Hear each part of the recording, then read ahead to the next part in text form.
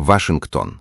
1967 год. Представьте сцену из шпионского фильма. На скамейке возле советского посольства сидят двое мужчин и тихо разговаривают. Неподалеку припаркован неприметный фургон. Внутри сотрудники ЦРУ в наушниках напряженно следят за сигналом. В этот момент по тротуару к дипломатам медленно идет серая кошка. Но это было не простое животное, а настоящая живая радиостанция. За несколько месяцев до этого хирурги провели сложнейшую операцию, вживили в тело кошки микрофон и крошечный передатчик, а тонкую антенну спрятали вдоль позвоночника и вывели прямо в хвост. По замыслу инженеров, пушистый агент должен был спокойно подойти к людям, сесть рядом, и встроенное устройство начало бы транслировать их разговор прямо в фургон разведки. Задумка выглядела идеально. Кошки свободно гуляют по улицам любого города и не вызывают никаких подозрений. На разработку этой программы ушло несколько лет и около 20 миллионов долларов. Сегодня эта сумма равна примерно 170 миллионам. Однако заставить кошку выполнять приказы оказалось невозможно. Она отвлекалась на птиц, искала еду, сворачивала в чужие дворы и совершенно не обращала внимания на заданный маршрут. Несмотря на это, операцию решили не отменять.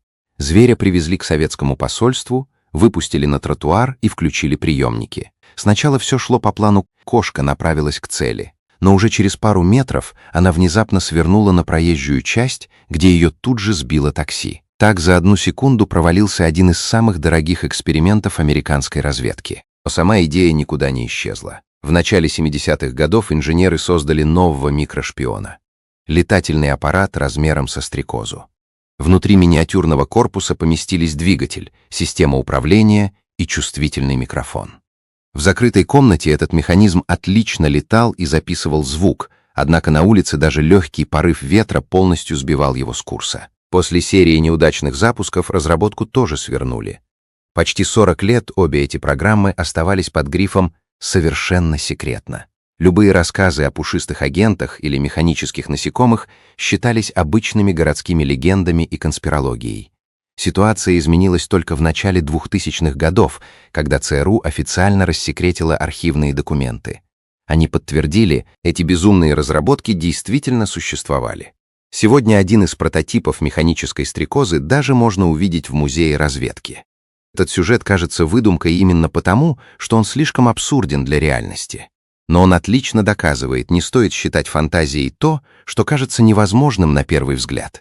И если кошка с микрофоном в хвосте или киберстрекоза кажется вам пределом человеческого безумия, приготовьтесь. Это была всего лишь верхушка айсберга. Сегодня вы узнаете о самых невероятных, жутких и секретных операциях спецслужб, в существование которых до сих пор трудно поверить.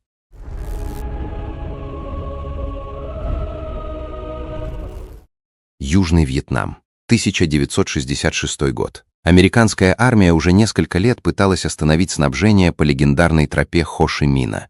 Но это была не одна дорога. Это была гигантская сеть из тысяч километров грунтовых путей, скрытых переправ и тропинок. Она проходила через густые джунгли Лаоса, Камбоджи и Вьетнама. По этим путям на юг день и ночь шли колонны с оружием, боеприпасами и солдатами. Авиация США сбрасывала на эти маршруты тысячи тонн бомб, но эффект был временным. Если бомба уничтожала один участок, вьетнамские отряды за пару дней прокладывали новый путь рядом.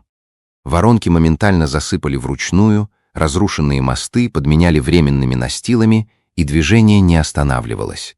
Даже самые массированные авиаудары не могли заблокировать эти дороги. Зато с этой задачей легко справлялась сама природа. В сезон сильных дождей движение практически замирало. Грунтовые дороги превращались в густую грязь, тяжелые грузовики застревали, а бурлящие реки смывали любые переправы. Военные быстро поняли, проливные дожди мешают снабжению противника сильнее, чем любые бомбардировки. Тогда командованию пришла в голову дерзкая мысль. Если обычный дождь останавливает врага лучше авиабомб, можно ли вызвать ливень искусственно? Именно там и тогда, где это нужно армии. Ответ дали метеорологи. За несколько лет до этого ученые научились вызывать искусственный дождь. Если распылить с самолета мелкие частицы сухого льда или ядида серебра, капли воды внутри облаков начинают быстро соединяться. Они становятся тяжелыми и выпадают на землю в виде мощного ливня. Военные решили превратить этот научный метод в настоящее климатическое оружие. Секретные самолеты поднимались к дождевым тучам и распыляли химикаты прямо над маршрутами снабжения. Результат превзошел все ожидания. Ливни шли неделями, грунтовые дороги полностью размывало, а доставка грузов задерживалась на долгие дни и недели. Масштаб этой тайной программы был огромным. С 1966 по 1972 год американские пилоты совершили более 2600 таких спецвылетов. Проект держали в строжайшем секрете. О нем не знали ни журналисты, ни американский Конгресс, ни даже большинство солдат во Вьетнаме. Правда всплыла только в 1971 году из-за утечки в прессе. Министерство обороны сначала категорически все отрицало. Но когда журналисты опубликовали показания участников и секретные документы, скрывать факт тайной войны стало невозможно. На закрытых слушаниях в Сенате чиновникам пришлось признать, США действительно пытались управлять погодой в военных целях. Этот скандал вызвал панику во всем мире. Если одна страна может затопить территорию врага, значит, другая может вызывать засуху, уничтожать урожай и морить людей голодом. Чтобы предотвратить такую угрозу, в 1977 году мировые державы подписали международный договор. Он навсегда запретил использовать воздействие на природу как оружие. Однако сама технология никуда не исчезла. Сегодня метод вызова искусственных дождей применяют во многих странах. С его помощью спасают поле от засухи, тушат лесные пожары и разгоняют тучи перед крупными праздниками. И каждый раз, когда вы слышите слухи о секретном управлении климатом, помните, за этим стоит реальная история из прошлого. Впрочем, попытка приручить стихию — далеко не самый пугающий проект спецслужб. Ведь пока одни ученые пытались вызвать дождь, другие вели разработки, которые казались еще более жуткой фантастикой. Однако тайные сговоры существуют не только в мире шпионов и военных. Иногда в них замешаны гигантские корпорации, чьими товарами мы пользуемся каждый день. Многие владельцы смартфонов iPhone годами замечали странную вещь. Как только выходила новая модель, их старый телефон начинал работать заметно медленнее. Приложения открывались дольше, экран работал менее плавно, а батарея разряжалась прямо на глазах. Люди подозревали, что компания специально замедляет старые устройства, чтобы заставить покупателей тратить деньги на новинки. Долгое время эти разговоры считали обычной конспирологией, а сама компания все отрицала. Но в 2017 году все изменилось. После очередного обновления системы тысячи пользователей столкнулись с проблемой, телефон показывал 30% заряда и внезапно выключался. Один из независимых разработчиков решил провести тест. Он сравнил работу разных телефонов и заметил четкую связь: чем слабее был аккумулятор, тем сильнее система снижала скорость работы процессора. Причина оказалась технической. Со временем любой литий-ионный аккумулятор теряет мощность. Если процессор начинает работать на максимуме, старая батарея не справляется, и телефон просто отключается. Чтобы защитить устройство от резкого выключения, система автоматически снижала его скорость. Главная проблема была в том, что людям ничего об этом не рассказали. Владельцы устройств видели лишь то, что их техника стала сильно тормозить. Многие думали, что телефон безнадежно устарел, и покупали новый. Хотя во многих случаях достаточно было просто заменить батарею. Когда результаты исследования опубликовали, компании пришлось признать правду. По всему миру начались массовые суды. Пользователи были возмущены тем, что от них скрыли важную информацию. В 2020 году компания согласилась выплатить около $500 миллионов для урегулирования крупнейшего иска в Соединенных Штатах. После этого в настройках телефона наконец появился раздел, где любой человек может проверить состояние батареи и увидеть скорость работы устройства. Эта история казалась теорией заговора, но оказалась реальным фактом. Ошибочным было лишь объяснение причин. Но если в этой истории люди теряли только деньги, то следующий случай стоил людям жизни. В конце 60-х годов крупный автоконцерн Ford спешно разрабатывал новый компактный автомобиль под названием Pinto. Обычная разработка машины занимает около 3,5 лет. Но в этот раз инженеров заставили спешить и сократили срок до 2 лет. Чтобы успеть вовремя, часть проверок безопасности просто пропустили. Во время краш-тестов специалисты быстро заметили смертельную опасность. При ударе сзади бензобак машины легко рвался. Вытекающее топливо вспыхивало, и автомобиль за считанные секунды превращался в пылающий факел. Тесты повторяли снова и снова, но результат оставался прежним. Несмотря на это, опасную модель запустили в массовую продажу. Очень скоро на дорогах начались реальные аварии. После удара сзади машины мгновенно вспыхивали, а компания уверяла, что автомобиль полностью соответствует всем стандартам. В прессу попали секретные внутренние документы компании. Выяснилось, что руководство знало об опасном дефекте еще до начала продаж. Более того, менеджеры провели циничный экономический расчет. Они сравнили стоимость отзыва всех машин с суммой вероятных выплат семьям погибших. По их расчетам, отзывать машины и исправлять дефект выходило дороже, чем просто платить денежные компенсации за гибель людей. Этот документ шокировал общественность. Людей поразило то, что человеческие жизни превратили в сухие цифры на бумаге. На компанию обрушились десятки судебных исков. В итоге производителю пришлось отозвать около 1,5 миллиона автомобилей и выплатить огромные компенсации. Точное число жертв этой страшной ошибки оспаривается до сих пор. Разные исследователи называют цифры от нескольких десятков до нескольких сотен погибших. Пожалуй, самая масштабная и подтвержденная история заговора связана вовсе не со шпионами, не с оружием и даже не с высокими технологиями. Она касается обычной еды, которую ежедневно покупают миллиарды людей по всему миру. Во второй половине XX века почти весь мир был искренне уверен, главный враг нашего здоровья — это жирная пища. Врачи массово советовали людям есть меньше сливочного масла, жирного мяса и молочных продуктов. Производители один за другим начали выпускать еду с пометкой «обезжиренная», а само слово «жир» превратилось в синоним чего-то опасного и вредного. Но за этой простой рекомендацией скрывалась жестокая борьба, о которой обычные покупатели даже не подозревали. В 50-х годах XX века в Соединенных Штатах резко выросла смертность от болезней сердца. Ученые пытались найти главную причину этой катастрофы. Одни исследователи обвиняли во всем жиры, другие все сильнее подозревали сахар и быстрые углеводы. В тот момент точного ответа не знал никто. Для производителей сахара этот спор был смертельно опасен. И тогда сахарные гиганты решили купить нужный им результат. В 1965 году специальный фонд, финансируемый производителями сахара, обратился к ученым из Гарвардского университета. Заказчики предложили деньги за написание масштабного научного обзора.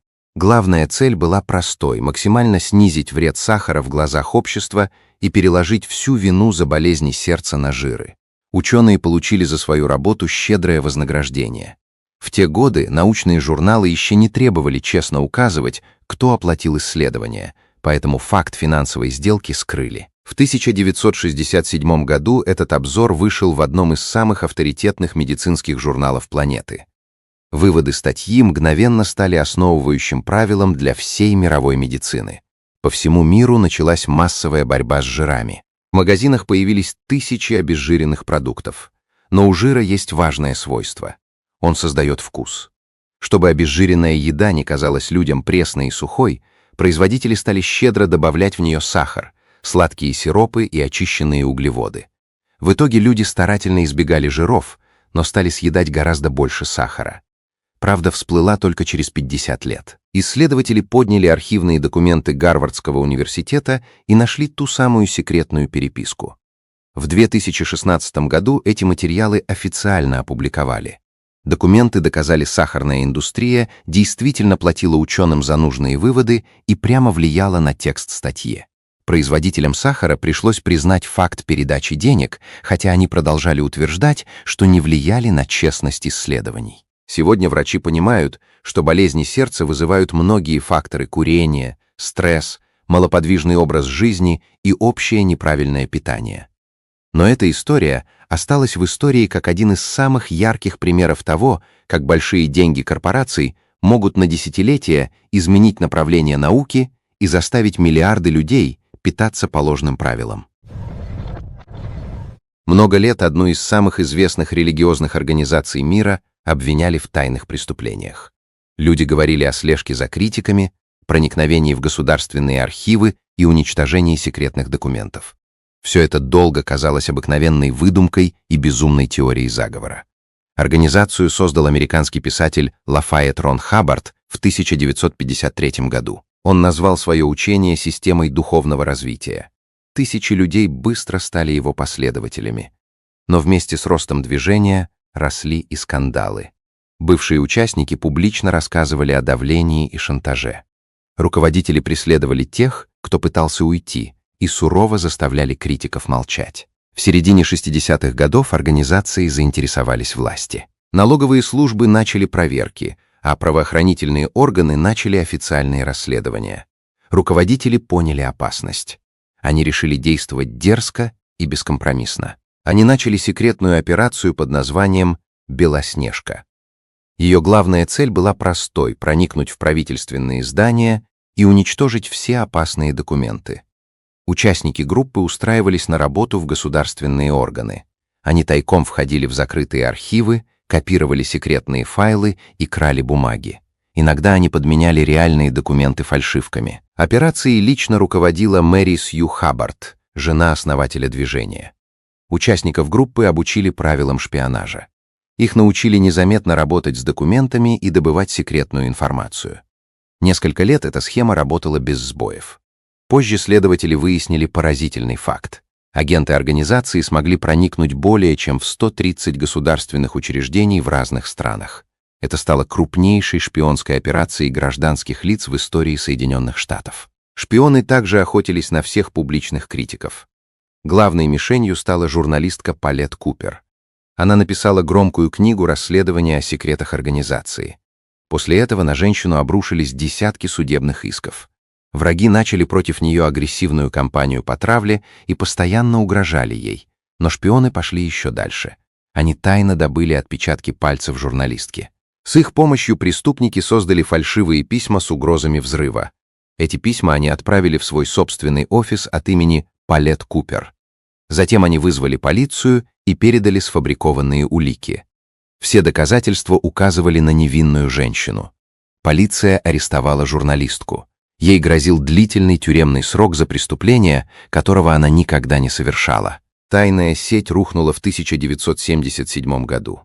Охрана поймала двоих агентов прямо в федеральном здании. Они пытались украсть секретные документы о расследовании против их движения.